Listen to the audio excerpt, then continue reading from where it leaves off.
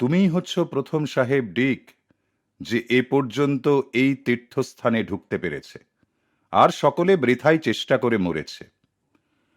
কথাগুলো শুনে mister right একটু চমকে উঠল, তারপর খুশিও হল। দক্ষিণ ভারতের মহীশূর রাজ্যে পাহাড়ের উপর পরম রমণীয় চামুণ্ডী দেবীর মন্দির থেকে তখন আমরা সবেমাত্র বেরিয়েছি। মহীশূর রাজপরিবারের কুলদেবী চামুণ্ডী দেবী স্বর্ণ ও রৌপ্য খচিত সিংহাসনের উপর আসীন।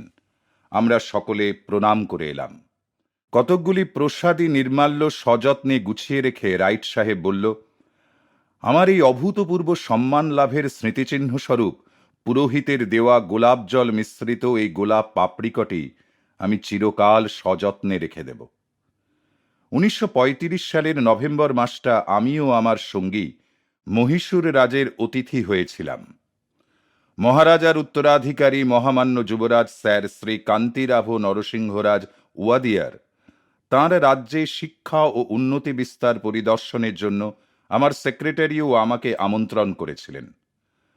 গত পক্ষকাল মধ্যে আমাকে টাউন হল, মহারাজার কলেজ, ইউনিভার্সিটি, মেডিকেল স্কুল প্রভৃতি বিভিন্ন স্থানে অসংখ্য শহরবাসী আর ছাত্রদের সামনে বক্তৃতা দিতে হয়। ব্যাঙ্গালোরে national high school, intermediate college আর চেট্টি টাউন হলে 3টে বিরাট সভায় বক্তৃতা দিতে হয়েছিল। চেট্টি টাউন হলে 3000-এর উপর লোক সমাগম হয়। আমেরিকার যে উজ্জ্বল চিত্র আমি অঙ্কিত করেছিলাম তাতে আগ্রহশীল শ্রোতৃবর্গের কোনো উৎসাহ ছিল কিনা তা আমার জানা নেই, কিন্তু যখনই উল্লেখ করেছি যে পূর্ব পশ্চিমের যা কিছু সুন্দর, যা কিছু শ্রেয় ও প্রেয়, তার পারস্পরিক আদান প্রদানে উভয়ই উপকৃত হবে, তখনই করতালির ধ্বনি প্রবল হয়ে উঠত। রাইট সাহেব আর আমি দুজনে মিলে সেখানে শান্তি আর আরামে দিন কাটাচ্ছি। রাইট সাহেবের ভ্রমণের দিনলিপি থেকে তার মহীশূর সম্বন্ধে যা ধারণা তা এখানে উদ্ধৃত হল। আকাশের সদা পরিবর্তনশীল বিস্তৃত চিত্রপটের এক প্রান্ত হতে অপর প্রান্ত পর্যন্ত প্রায় অন্যমনস্কভাবে দৃষ্টি সংলগ্ন করে বহু আনন্দ উদ্বেল মুহূর্ত অতিবাহিত হয়েছে। কেননা ভগবানের তুলির স্পর্শে যে রঙের আবির্ভাব হয় তাতে থাকে নবীন প্রাণের স্পন্দন। মানুষ যখন কেবলমাত্র পিগমেন্টের রং দিয়ে তার অনুকরণ করতে যায় তখন সেই রঙের লালিত্য, তার গরিমা সবই হারিয়ে যায়। কারণ ভগবান কাজে লাগান অত্যন্ত সাদা সিধে আর ফলপ্রসূ মাধ্যম, তেলও নয়, রঙও নয়, তা হচ্ছে আলোর কিরণ। মেঘের কোণে একটু আলোর ছোপ লাগিয়ে দিলেন, দাঁড়িয়ে গেল সেটা সিঁদুরের মতো। আবার একটু তুলি বুলিয়ে দিলেন, বদলে হয়ে গেল সেটা কমলা লেবু থেকে সোনালি। ঘন মসি কৃষ্ণবর্ণ মেঘের বুকে অস্তগামী সূর্যের শেষ রশ্মি রেখা বুক ফুঁড়ে বেরিয়ে এসেছে, যেন মেঘের বুক থেকে এক ঝলক রক্ত তীব্র বেগে বেরিয়ে আসছে। সকাল সন্ধ্যায় তাঁর এই লীলা চলছে, চিরনূতন, চির পরিবর্তনশীল, চির সজীব। এর মধ্যে কোনো প্রতিলিপি নেই, নেই কোনো দৃশ্যপট বা রঙের পৌনঃপুনিকতা। ভারতের আকাশে দিন যখন রাত্রির কোলে ঢলে পড়ে, অথবা রাত্রি শেষে উষাকালে যখন অরুণোদয় হয়, সেরকম অপরূপ দৃশ্য অন্যত্র আর কোথাও দেখতে পাওয়া যায় না। আকাশকে দেখায় যেন ভগবানের হাতে রঙের পাত্র, তাতে স্বর্গের বিচিত্র বর্ণের হোলি খেলা চলছে। এবার আমি কৃষ্ণ রাজসাগর বাঁধের কথা বলবো। বাঁধটি প্রকাণ্ড, গোধূলিতে তার দৃশ্য নয়নাভিরাম। যোগানন্দজি আর আমি একটি ছোট ছেলেকে সরকারি গাইড হিসেবে সঙ্গে নিয়ে একটা ছোট বাসে চড়ে বাঁধ দেখতে বেরোলাম। মহীশূর থেকে 12 মাইল দূরে বাঁধটি অবস্থিত। মাটির রাস্তা, বেশ সমতল। অস্তগামী সূর্য তখন তার গাঢ় রক্তিম রাগ রঞ্জিত শেষ রশ্মিলেখা ছড়িয়ে পশ্চিম দিক চক্রবালের দিকে ঢলে পড়েছে। আমাদের যাত্রা শুরু হলো চারিদিকের চৌকো ধান ক্ষেতের পাশে পাশে পত্রবহুল ছায়া সুশীতল বটগাছের সারির ভিতর দিয়ে।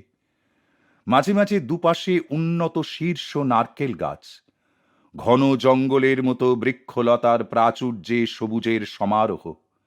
তারপরে একটি পাহাড়ের মাথায় উঠেই একেবারে এসে পড়লাম সেই বিরাট কৃত্রিম হ্রদের মুখোমুখি। নক্ষত্র ও তাল গাছ আর অন্যান্য সব গাছের ছায়া জলে প্রতিফলিত। চারধারে ধাপে ধাপে বাগান উঠে গিয়ে হ্রদটি ঘিরে রেখেছে। বাঁধের ধারে ধারে বিজলি বাতির সারি। নিচে বাঁধের ধারে এক নয়নাভিরাম দৃশ্য নজরে পড়ল।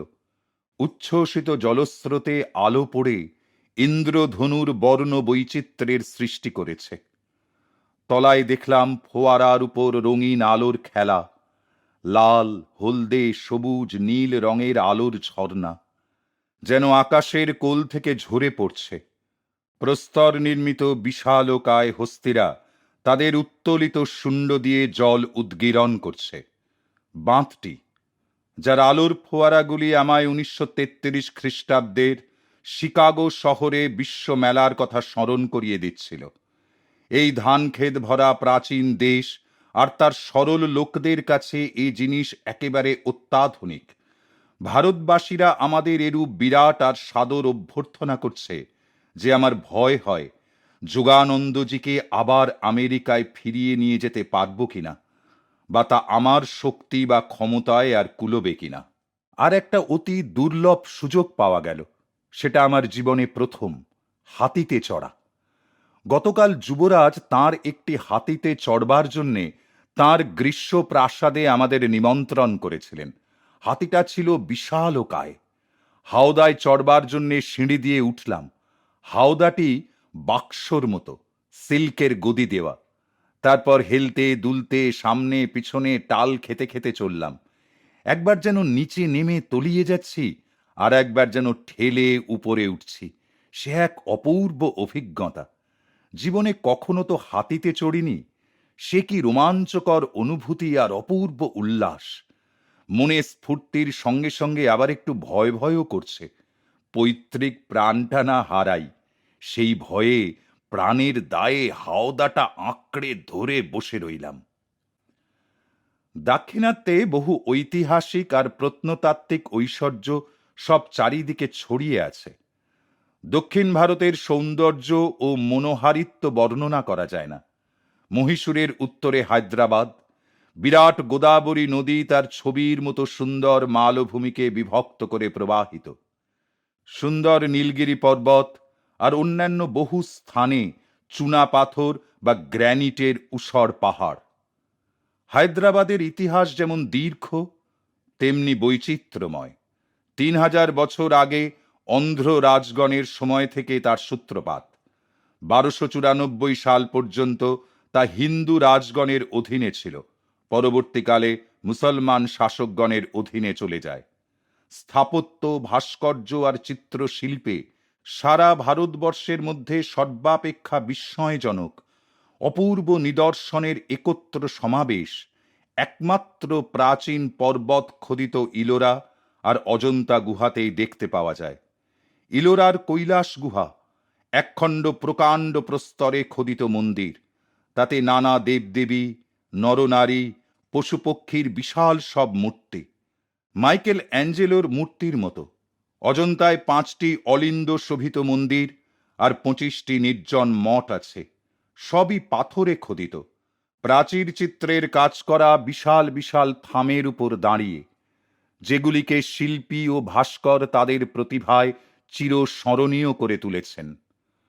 হায়দ্রাবাদ শহরে আছে ওসমানিয়া বিশ্ববিদ্যালয় এবং মক্কা মসজিদের বিরাট হর্মাবলী। মসজিদে 10,000 মুসলমান একত্র বসে নামাজে যোগদান করতে পারে। মহীশূর রাজ্য সমুদ্র পৃষ্ঠ হতে 3000 ফুট উচ্চে অবস্থিত। চারিদিকে ক্রান্তীয় ঘন জঙ্গল, বন্যহস্তী, বাইসন, ভাল্লুক, প্যান্থার, বাঘ প্রভৃতির আবাসভূমি। এর দুটি প্রধান শহর মহীশূর আর ব্যাঙ্গালোর বেশ পরিষ্কার পরিচ্ছন্ন ও নয়নাভিরাম। এখানে আছে বহু সুন্দর সুন্দর বাগান আর সাধারণের ভ্রমণের জন্য উদ্যান। একাদশ শতাব্দী হতে পঞ্চদশ শতাব্দী পর্যন্ত হিন্দু রাজগণের পৃষ্ঠপোষকতায় মহীশূরে হিন্দু স্থাপত্য শিল্প ও ভাস্কর্যের চরমতম উন্নতি সাধিত হয়। একাদশ শতাব্দীর ভাস্কর্য শিল্পের অন্যতম নিদর্শন বেলুড়ের মন্দির। রাজা বিষ্ণুবর্ধনের সময় তার নির্মাণ কার্য সমাপ্ত হয়। সূক্ষ্ম কারুকার্য আর সমৃদ্ধ কল্পনায় জগতে যা অতুলনীয়। মহীশূরের উত্তরাংশে যেসব শিলালিপি পাওয়া গিয়েছে তা খ্রিস্টপূর্ব ৩য় শতকের। সেগুলি সম্রাট অশোকের স্মৃতিকে জাগ্রত করে, যার বিশাল সাম্রাজ্যের অন্তর্গত ছিল ভারত, আফগানিস্তান ও বালুচিস্তান। বিভিন্ন ভাষায় উৎকীর্ণ অশোকের শিলা অনুশাসন তৎকালীন ব্যাপক শিক্ষা প্রসারের পরিচয় বহন করে। ত্রয়োদশ শিলালিপিতে যুদ্ধের নিন্দা করা হয়েছে। ধর্মের জয় ছাড়া অন্য কিছুতেই সত্যকার জয় নাই। দশম শিলালিপিতে লিখিত আছে, রাজার প্রকৃত গৌরব নির্ভর করে তার প্রজাগণের নৈতিক উন্নতি লাভের পথে সাহায্য করার উপর। একাদশ শিলালিপিতে বর্ণিত আছে, সত্যকারের দান হবে কোনো বস্তু নয়, তা হবে শিবম অর্থাৎ মঙ্গল, সত্যের প্রচার। ষষ্ঠ শিলালিপিতে সর্বজনপ্রিয় সম্রাট অশোক তাঁর প্রজাবর্গকে সরকারি কাজের জন্য দিন রাত্রির মধ্যে যে কোনো সময় তাঁর সঙ্গে পরামর্শ করার আমন্ত্রণ জানিয়েছেন। তাতে আরও লেখা আছে যে তাঁর রাজকর্তব্য সকল বিশ্বস্তভাবে পালন করে তিনি এই রূপে তাঁর স্বদেশবাসীর কাছে তাঁর ঋণ থেকে মুক্তি লাভ করছেন। অশোক ছিলেন সেই দুর্ধর্ষ মৌর্য সম্রাট চন্দ্রগুপ্তের পৌত্র, যিনি মহাবীর আলেকজান্ডার কর্তৃক ভারতে রক্ষিত সৈন্যদলকে বিধ্বস্ত করেন এবং ৩০৫ খ্রিস্টপূর্বাব্দে সেলুকাস পরিচালিত ম্যাসিডোনিয়ান সৈন্যদের পরাজিত করেন। তারপর চন্দ্রগুপ্ত গ্রিক দূত মেগাস্থেনিসকে পাটলিপুত্রের রাজসভায় সংবর্ধিত করেন। এই মেগাস্থেনিসই তাঁর সময়ের সমৃদ্ধ ও উন্নতিশীল ভারতবর্ষের বিবরণ সুনিপুণভাবে লিখে রেখে গিয়েছেন। ২৯৮ খ্রিস্টপূর্বাব্দে মহারাজ চন্দ্রগুপ্ত ভারত সাম্রাজ্যের শাসনভার তাঁর পুত্রের হাতে সমর্পণ করেন। দাক্ষিণাত্যে উপস্থিত হয়ে তিনি বর্তমান মহীশূরের একটি তীর্থস্থান শ্রবণ বেলগোলায় কপোর্দকহীন সন্ন্যাসীর মতো একটি পর্বত গুহায় আত্মানুসন্ধানে রত থেকে জীবনের শেষ ১২ বৎসর অতিবাহিত করেন। এখানেই আছে একটিমাত্র প্রস্তর থেকে খোদিত পৃথিবীর বৃহত্তম মূর্তি, যেটি ৯৮৩ খ্রিস্টাব্দে মুনি গোমতেশ্বরের সম্মানে জৈনগণ নির্মাণ করেন। ভারতবর্ষ অভিযানের সময় আলেকজান্ডারের সঙ্গে বা পরে যেসব গ্রিক ঐতিহাসিক এবং অন্যান্য ব্যক্তি এদেশে এসেছিলেন, তাঁরা অতিশয় কৌতূহলোদ্দীপক নানা ঘটনাবলী পুঙ্খানুপুঙ্খরূপে লিপিবদ্ধ করে গেছেন। অ্যারিয়েন, ডিওডোরাস, প্লুটার্ক আর ভৌগোলিক স্ট্র্যাবোর লেখা বিবরণ ডক্টর J.W. ম্যাকরিন্ডল সাহেব অনুবাদ করেছেন প্রাচীন ভারতের ইতিহাসের উপর, যা গভীর আলোকপাত করে। আলেকজান্ডারের নিষ্ফল আক্রমণের সর্বাপেক্ষা উল্লেখযোগ্য ব্যাপার হচ্ছে তাঁর হিন্দু দর্শনশাস্ত্র, যোগী ও সাধু সন্ন্যাসীদের সম্বন্ধে গভীর আগ্রহ প্রদর্শন, যাঁদের সঙ্গে মধ্যে মধ্যে তিনি সাক্ষাৎ করতেন এবং যাঁদের সঙ্গ তিনি সাগ্রহে কামনা করতেন। উত্তর ভারতে তক্ষশিলা আক্রমণের অব্যবহিত পরেই তিনি সিক্রিটস নামে ডায়োজেনিসের হেলেনিক মতাবলম্বী এক শিষ্যকে দূতস্বরূপ তক্ষশিলার সন্ন্যাসী প্রবর দণ্ডামিসকে আনবার জন্য প্রেরণ করেন। সিক্রিটস দণ্ডামিসকে তাঁর আরণ্য আশ্রমে খুঁজে বার করে বললেন, নমস্তে হে ব্রাহ্মণ গুরু। সর্বশক্তিমান ঈশ্বর জিউসের পুত্র আলেকজান্ডার, যিনি পৃথিবীর সকল দেশের একচ্ছত্র অধিপতি, তিনি আপনাকে তাঁর কাছে যাবার আদেশ করেছেন। আপনি যদি তা পালন করেন তবে তিনি আপনাকে বহু মহার্ঘ উপঢৌকনে পুরস্কৃত করবেন, কিন্তু অমান্য করলে তিনি আপনার শিরশ্ছেদন করবেন। যোগীবর এক প্রকার বাধ্যতামূলক এই নিমন্ত্রণ শান্তভাবেই শ্রবণ করলেন বটে, কিন্তু পর্ণশয্যা থেকে মাথাও তুললেন না। প্রত্যুত্তরে তিনি বললেন, আলেকজান্ডার যদি জিউসের পুত্র হন, তাহলে আমিও তাই। আলেকজান্ডারের যা কিছু আছে তার কিছুই আমি চাই না, কারণ আমার যা আছে তাতেই আমি সন্তুষ্ট। আমি কিন্তু দেখছি যে তিনি লোকজন নিয়ে জলে স্থলে সর্বত্র ঘুরে বেড়াচ্ছেন, তাতে তার কোনোই লাভ হচ্ছে না, আর তার ঘোরারও কোনো শেষ হচ্ছে না। যাও, আলেকজান্ডারকে বলো গিয়ে যে রাজাধিরাজ পরম পিতা পরমেশ্বর কখনো স্পর্ধাজনিত অসৎ কার্যের কর্তা নন, পরন্তু তিনি সংসারে আলোক, শান্তি, জীবন, জল, মনুষ্য দেহ ও আত্মার স্রষ্টা। মৃত্যু যখন মানবগণকে মুক্তি দেয়, তখন তিনি তাদের সকলকেই গ্রহণ করেন। কোনো রূপেই তাদের আর কাল ব্যাধির অধীন হতে হয় না। একমাত্র তিনিই আমার প্রণম্য ঈশ্বর। হত্যাকাণ্ড যার কাছে ঘৃণার বস্তু, যুদ্ধে যিনি কখনো প্ররোচনা দেন না। তারপর সেই মহাপ্রাণ ঋষিবর শান্ত উপেক্ষার সঙ্গে বলতে লাগলেন, আলেকজান্ডার তো ঈশ্বর নন, কারণ তাঁকেও মৃত্যুর কবলে নিশ্চয়ই পড়তে হবে। তিনি যখন অন্তররাজ্যের সিংহাসনে এখনো অধিষ্ঠিত হননি, তখন তার মতো ব্যক্তি কি করে জগতের প্রভু হতে পারেন? তিনি তো এখনো সশরীরে যমলোকেও প্রবেশ করেননি, বা এই পৃথিবীর বিরাট অংশের উপর দিয়ে সূর্যের যে গতিপথ তাও তাঁর জানা নেই। অধিকাংশ জাতি তাঁর নাম পর্যন্ত শোনেনি। শশাগরা ধরিত্রীর অধিপতির কর্ণে বোধহয় এরূপ কটু তিরস্কার বাক্য আর কখনো প্রবেশ করেনি। যাই হোক, সেই সঙ্গে বিদ্রুপের সুরে মুনিবর বললেন, আলেকজান্ডারের বর্তমান রাজত্ব সমূহ যদি তার মন ভরবার মতো প্রশস্ত না হয়, তাহলে তাকে গঙ্গা পার হতে বলো গিয়ে। সেখানে তিনি এমন একটা রাজ্য পাবেন যেখানে তার সব লোকের স্থান সংকুলান হয়ে যাবে।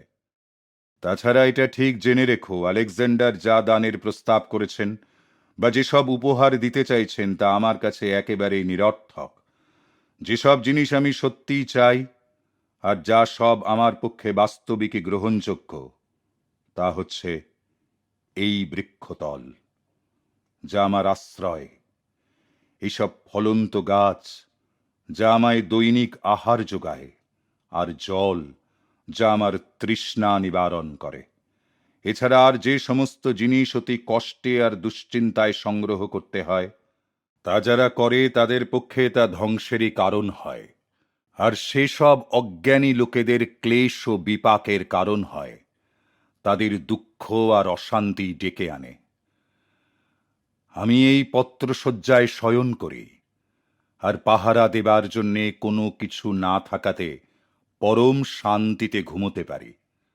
পক্ষান্তরে নজর রাখবার মতো মূল্যবান যদি কিছু আমার থাকত, তাহলে ঘুম তো আমার তখনই চলে যেত। মা যেমন শিশুকে দুগ্ধদান করে, তেমনি আমার এই ধরিত্রী মাতা আমায় সবকিছুই দিয়ে থাকেন। বিষয় চিন্তা না থাকাতে যেখানে খুশি আমি যেতে পারি। আলেকজান্ডার আমার মস্তক ছেদন করলেও আমার আত্মার তো বিনাশ সাধন করতে পারবে না। আমার মাথাটি তখন নীরব হয়েই পড়ে থাকবে। একটা ছিন্ন বস্ত্রখণ্ডের মতোই আমার শরীরটাও এই পৃথিবীতে পড়ে থাকবে, যেখান থেকে এর উপাদান সব সংগৃহীত হয়ে এর সৃষ্টি হয়েছিল। তারপর আমি আত্মারূপে আমার ভগবানের কাছে গিয়ে পৌঁছব, যিনি আমাদের সকলকে রক্তমাংসের দেহে বন্দী করে এই পৃথিবীতে পাঠিয়েছেন, এই প্রমাণ করতে যে আমরা এখানে নেমে এসে তাঁর শাসন মেনে চলতে পারি কিনা। আর যখন আমরা এখান থেকে তাঁর সামনে গিয়ে হাজির হব, তখন তাঁকে আমাদের জীবনের সকল কাজেরই কৈফিয়ত দিতে হবে, কেননা তিনিই হচ্ছেন সকল প্রকার অন্যায় কাজের একমাত্র বিচারক। তার এমনি বিচার যে অত্যাচারিতের মর্মন্তুদ যন্ত্রণাই শেষে অত্যাচারীর শাস্তি হয়ে দাঁড়ায়। অতএব আলেকজান্ডার কেবল তাদেরকেই এই সব বলে ভয় দেখান যাদের ঐশ্বর্যের বাসনা আছে, যারা মৃত্যুকে ভয় করে। ব্রাহ্মণদের বিরুদ্ধে তার অস্ত্র শস্ত্রের কোনো শক্তিই নেই। আমরা কাঞ্চনের মায়া করি না, বা আমাদের মৃত্যু ভয়ও নেই। অতএব আলেকজান্ডারকে এই কথা বলো গিয়ে যে আপনার কোনো কিছুতেই দণ্ডামিসের কিছুমাত্র প্রয়োজন নেই, কাজেই তিনি আপনার কাছে যাবেন না। আর আপনার যদি দণ্ডামিসের কাছ থেকে কিছু চাইবার থাকে, তাহলে আপনি তার কাছে যান। ওয়ান সিক্রিটাস যথাকালে এই বার্তা আলেকজান্ডারের কাছে পৌঁছিয়ে দিলেন। আলেকজান্ডার গভীর মনোযোগের সঙ্গে সব শুনলেন এবং তার দণ্ডামিসকে দেখবার ইচ্ছে আরও প্রবল হয়ে উঠল, যিনি বৃদ্ধ আর দিগম্বর হলেও একমাত্র প্রতিযোগী, যার মধ্যে বহু দেশ বিজেতা সেই দুর্ধর্ষ যোদ্ধা দেখতে পেয়েছিলেন এমন একজনকে, যিনি তাঁর চেয়েও ঢের বেশি শক্তি ধরেন। আলেকজান্ডার বেশ কয়েকজন ব্রাহ্মণ তপস্বীকে তক্ষশিলায় নিমন্ত্রণ করেন। তাঁরা দার্শনিক প্রশ্নের জ্ঞানগর্ভ সমাধানে পারদর্শী ছিলেন। প্লুটার্ক একটি তর্কযুদ্ধের বিবরণ দিয়েছেন। আলেকজান্ডার নিজেই তার সমস্ত প্রশ্ন রচনা করে দিয়েছিলেন। জীবিত আর মৃতদের মধ্যে সংখ্যায় কে বেশি? জীবিত, কারণ মৃতেরা তো আর নেই। প্রাণীরা কোথায় বেশি জন্মায়, সমুদ্রে না ভূমিতে? ভূমিতে, কারণ সমুদ্র ভূমিরই একটা অংশ। পশুদের মধ্যে সর্বাপেক্ষা চতুর কোনটি? যার সঙ্গে মানুষের এখনো পরিচয় ঘটেনি। মানুষ অজানাকেই বেশি ভয় পায়। আগে কোনটা ছিল, দিন নাকি রাত? দিন আগে বলেই দিন আগে ছিল। এই উত্তরে আলেকজান্ডার বিস্ময় প্রকাশ করেন। তাতে ব্রাহ্মণটি বলেন, অসম্ভব প্রশ্নের অসম্ভব জবাব দিতে হয়।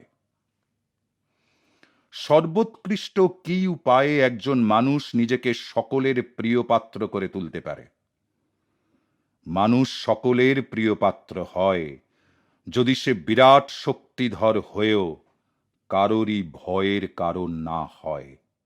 মানুষ কি করে দেবতা হতে পারে? মানুষের পক্ষে যা করা অসম্ভব তাই করে। জীবন আর মৃত্যুর মধ্যে কে বেশি শক্তিশালী?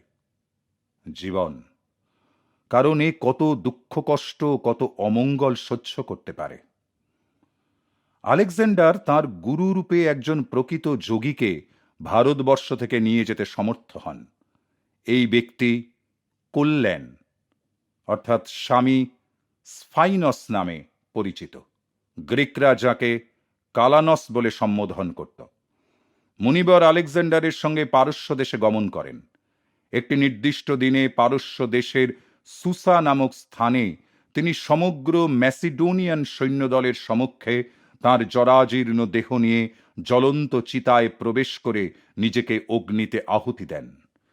ঐতিহাসিকেরা বর্ণনা করে গেছেন যে উক্ত যোগীবরের কোনরূপ যন্ত্রণা বা মৃত্যুর ভয় না দেখে সমস্ত সৈন্যেরা বিস্ময়ে একেবারে স্তম্ভিত হয়ে যায়। তিনি চিতাগ্নিতে দগ্ধ হবার সময় একবারও স্থানচ্যুত হননি। চিতায় প্রবেশ করবার পূর্বে কালানস তাঁর বহু অন্তরঙ্গ সঙ্গী সাথীদের আলিঙ্গন করেন, কিন্তু আলেকজান্ডারের কাছ থেকে বিদায় গ্রহণে বিরত থাকেন। তাঁকে সেই হিন্দু ঋষি কেবলমাত্র একটি কথাই বলেন, শীঘ্রই তোমার সঙ্গে ব্যাবিলনে সাক্ষাৎ হবে। আলেকজান্ডার পারস্য দেশ পরিত্যাগ করার 1 বৎসর পরে ব্যাবিলনে মারা যান। তাঁর ভারতীয় গুরুর কথা বলার মধ্যেই ভবিষ্যৎবাণী ছিল যে তিনি আলেকজান্ডারের জীবনে মরণে সর্বদা উপস্থিত থাকবেন। গ্রিক ঐতিহাসিকেরা ভারতীয় সমাজের বিষয়ে বহু প্রত্যক্ষ আর আগ্রহ উদ্দীপক বিবরণ দিয়ে গেছেন। অ্যারিয়ান বলেন, হিন্দু আইন জনগণকে রক্ষা করে আর আদেশ দেয় যে তাদের মধ্যে কেউ কোনো অবস্থাতেই কৃতদাস হবে না, আর নিজেরা যে স্বাধীনতা উপভোগ করে তাতে যে সকলেরই অধিকার আছে সে কথা মানবে। আরেকটি পুস্তকে লেখা আছে, ভারতবাসীরা টাকা সুদে খাটাতে অথবা ঋণ করতে জানে না। কোনো ভারতবাসীর কোনো অন্যায় করা বা তা সহ্য করা প্রচলিত প্রথার বিরোধী ছিল।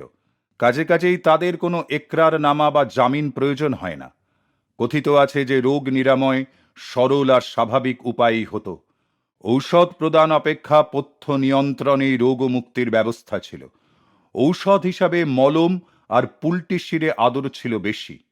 অন্য সবকিছুই অপকারক বলে বিবেচিত হতো।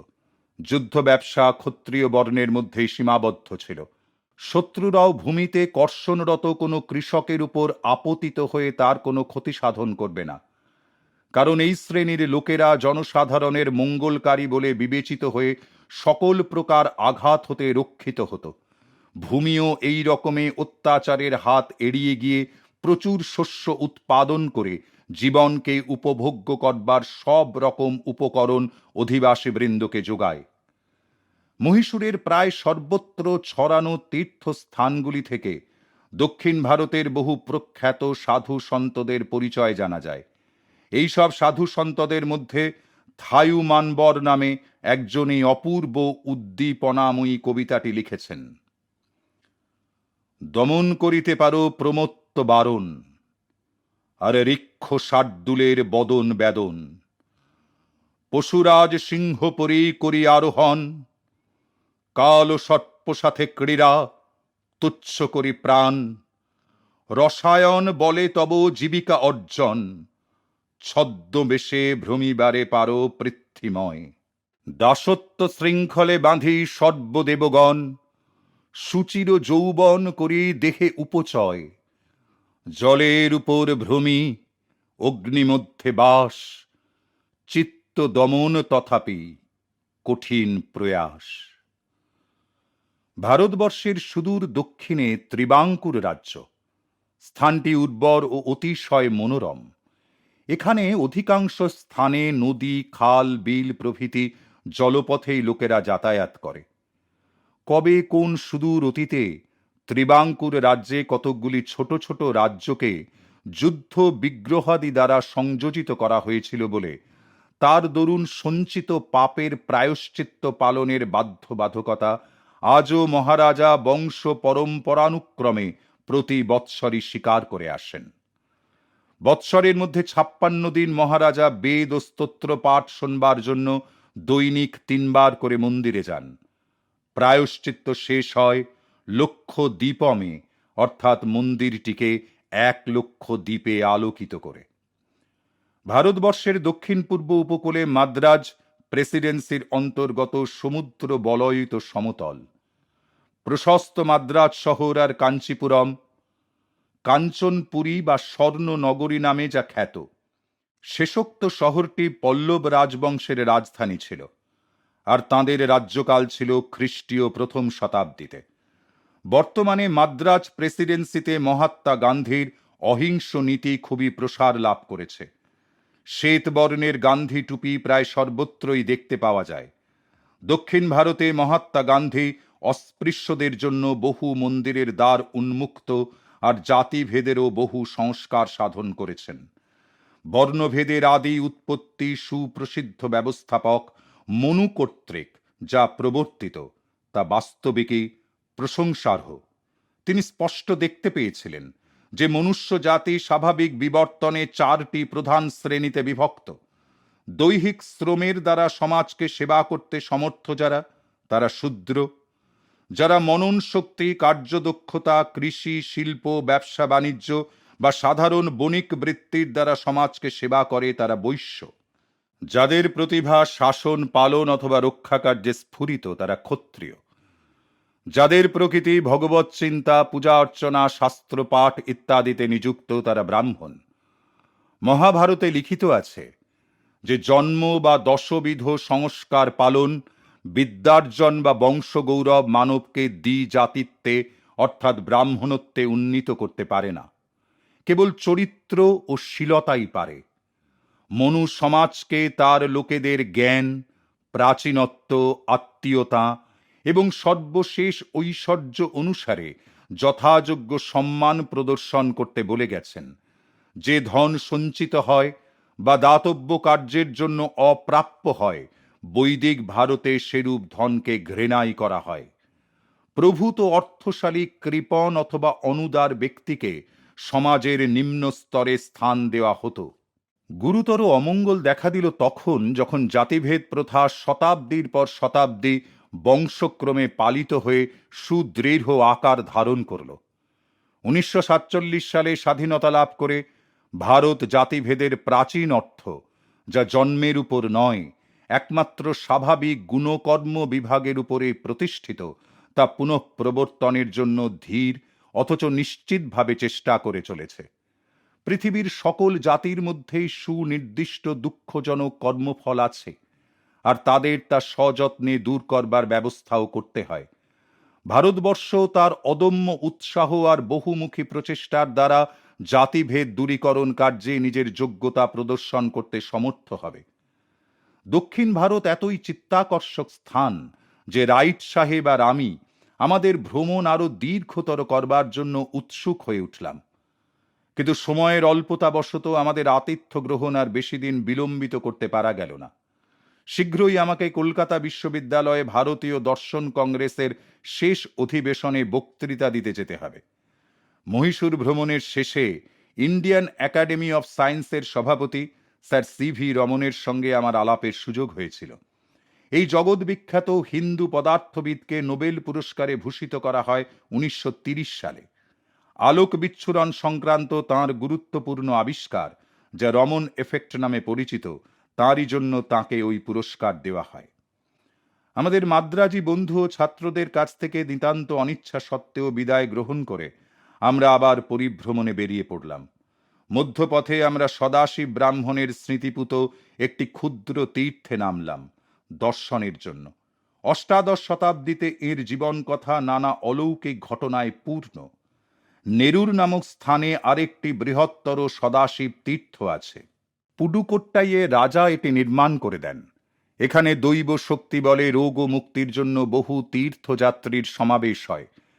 বংশ পরম্পরাক্রমে পুডুকোট্টাই রাজগণ শাসন কার্যে রত রাজার জন্য রাজ্য পরিচালনা বিষয়ে 1750 খ্রিস্টাব্দে সদাশিব কর্তৃক লিখিত কতগুলি ধর্মোপদেশ আজও পরম পবিত্র বলে সযত্নে পালন করে থাকেন। দক্ষিণ ভারতে গ্রামবাসীদের মধ্যে পূর্ণ জ্ঞানী পরমপ্রিয় সদাশিব সম্বন্ধে বহু অদ্ভুত অদ্ভুত গল্প এখনো প্রচলিত আছে। কাবেরী নদীর তীরে একদিন তাঁকে সমাধিমগ্ন অবস্থায় হঠাৎ বন্যার জলে ভেসে যেতে দেখা যায়। সপ্তাহ কতক বাদে দেখা গেল যে তিনি কোয়েম্বাটুর জেলার কোডুমুডি নামক স্থানে মাটির ঢিবির তলায় গভীরভাবে চাপা পড়ে রয়েছেন। গ্রামবাসীরা খুঁড়ে বার করবার সময় কোদালের আঘাত তাঁর গায়ে লাগাতে তাঁর সমাধি ভঙ্গ হয়। তখনই তিনি উঠে পড়ে তাড়াতাড়ি সে স্থান পরিত্যাগ করে চলে যান।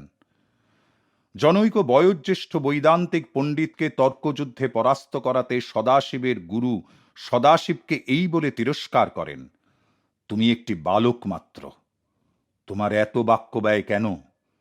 কবে তোমার রসনা সংযত হবে?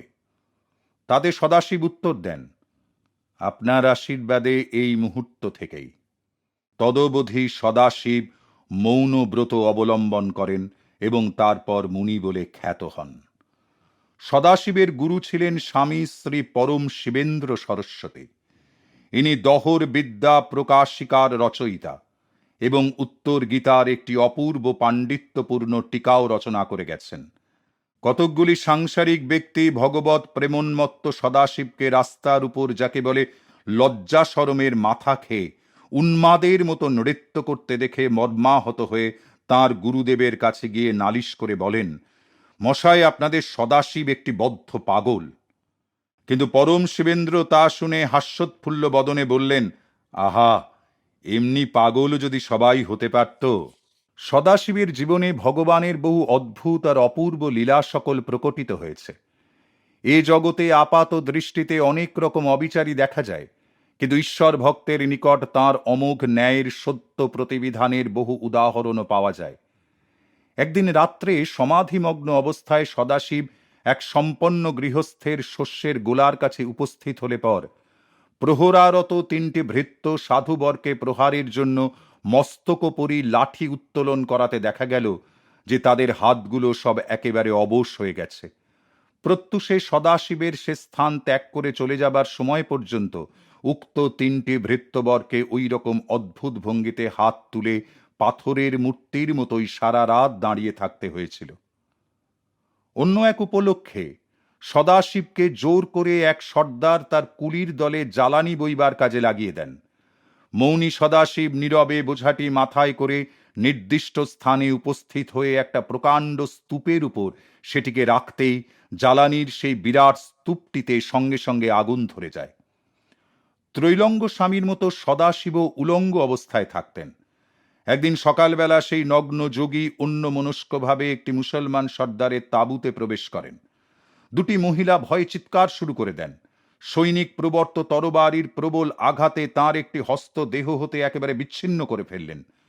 যোগীবর নির্লিপ্তভাবে সে স্থান হতে প্রস্থান করলেন। ভয় আর অনুতাপে দগ্ধ হয়ে সেই মুসলমান সর্দার ছিন্ন হস্তটি মেঝে থেকে তুলে নিয়ে তার পিছনে পিছনে ছুটলেন।